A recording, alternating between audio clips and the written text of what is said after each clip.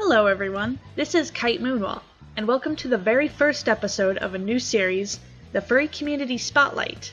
I've created this series to showcase the many creative minds, entrepreneurs, and inspiring members of the furry fandom. Because let's be honest, the furry fandom is filled with so many awesome people.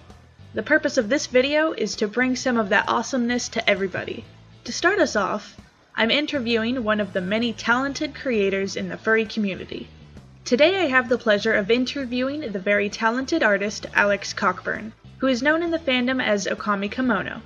Having been an artist in the furry fandom for well over 10 years, it's likely that you've seen his work before. Ookami's art style is very bold, detailed, and distinct, often appearing as webcomics or adorable chibis. So Ookami, tell us a bit about yourself. Well, my name is Ookami Kemono, and I am a furry freelance artist, which means that I do illustrative commissions for clients around the world. The kind of illustrations that I do are fantasy chibis, or narrative illustrations, or emotional pieces. And I've been doing that for over 15 years. So you have a diverse portfolio, as well as 2 graphic novels. You have one completed comic, which is Concealment, as well as a still-running webcomic called Lucid's Dream. Do you want to talk about those at all? Concealment was my first fully published graphic novel about self-identity and relationship problems. And Lucid's Dream is an ongoing comic series, mostly centered around Egyptian mythology, cats, and demons. It's more of a action horror comic, and Concealment is more of a drama. Concealment is a very personal story, it sounds like. Is that based on any experiences you have had? Yeah, they're based off of real experience I've had before, as well as those I have observed. Basically, just finding yourself, finding who you are, where you belong in life, in a group, self-identity. What was the inspiration for Lucid's Dream? It sounds like a very invested world where there's a lot going on. Well, I wanted to do another graphic novel, but it turned out to be a comic series. I wanted to do something that was action, horror genre, instead of heavily emotional based. It all started with the Egyptian lore, and it kind of grew from there. And I went to cats and demons, the backgrounds of the species of cats and how they portrayed as in different religions and in different cultures, as well as demons, the devil. It just goes on and on. So it's mostly about mythology, very old mythology. What really inspired me to do Lucid Dreams was reading some of Neil Gaiman's work, Sandman, for example. Some movies are portraying Egyptian gods extremely differently, and that got me into looking up about Egyptian mythology and the gods and deities behind them. Just doing reading and research and having other people help me with that. Especially I have a Egyptian historian in my team while doing Lucid Dreams, and he's the one that does the translations. The Egyptian hieroglyphs are in Lucid Dreams, especially on the cover. He tells me a lot about the Egyptian lore and what the gods really are, when they were created, who's attached to whom, stuff like that. It's extremely complex, and I want to try to dabble that into my comic, but not be as complex and as deep as, say, like Game of Thrones cast kind of thing. Out of all the work you've done so far, what would you say you're most proud of? It will probably have to be Life's a Chibi.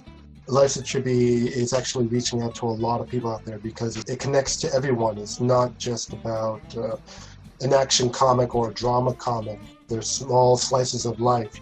This might happen to someone, or this might be someone that or this you can relate to.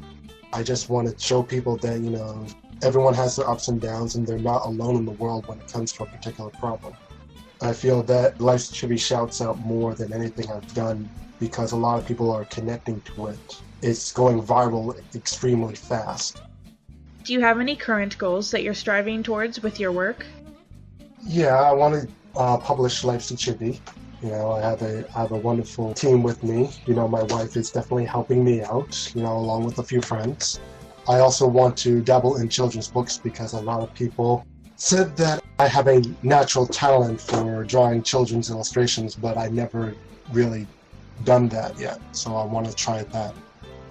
What are your thoughts on the furry fandom or the community as a whole? The furry fandom is an amazing fandom. You know, I've met a lot of good people within that community. A lot of those people helped me become who I am as an artist. I can't give enough thanks and praise to everyone who supported me in any way that they could to help my career and help me grow as an artist. The furry fandom does have some bad spots here and there, but that's expected in any fandom. Everyone is extremely supportive. Everyone's very nurturing to one another. You know, it's basically like a huge family. Everyone wants to help one another in the fandom, no matter who they are or what they are. Would you say that you have any favorite moments within the fandom that you've experienced, either online or in person? Oh god, there's so many. But yeah, there's a few that did stick out to me. Fur Fright, which was an old furry convention back in Connecticut. That was my first furry convention. From that convention, Feli, who is now chair at What the Fur, came to my table to invite me to go to What the Fur in Montreal, Quebec. And that is where I met Sorian, who is now my fiance, and also one of the motivations for me to actually move out of the US into Montreal to start an amazing life. Other moments in the furry fandom, I was GOH at What the Fur. Those are probably the ones that really did stick out. Is Fur Fright, What the Fur, for Sorian, and Feli, Pup, Manny, just a lot of people from just one event. One visit to a convention really did change my life around, and the people who were at the convention changed my life around for the better as well.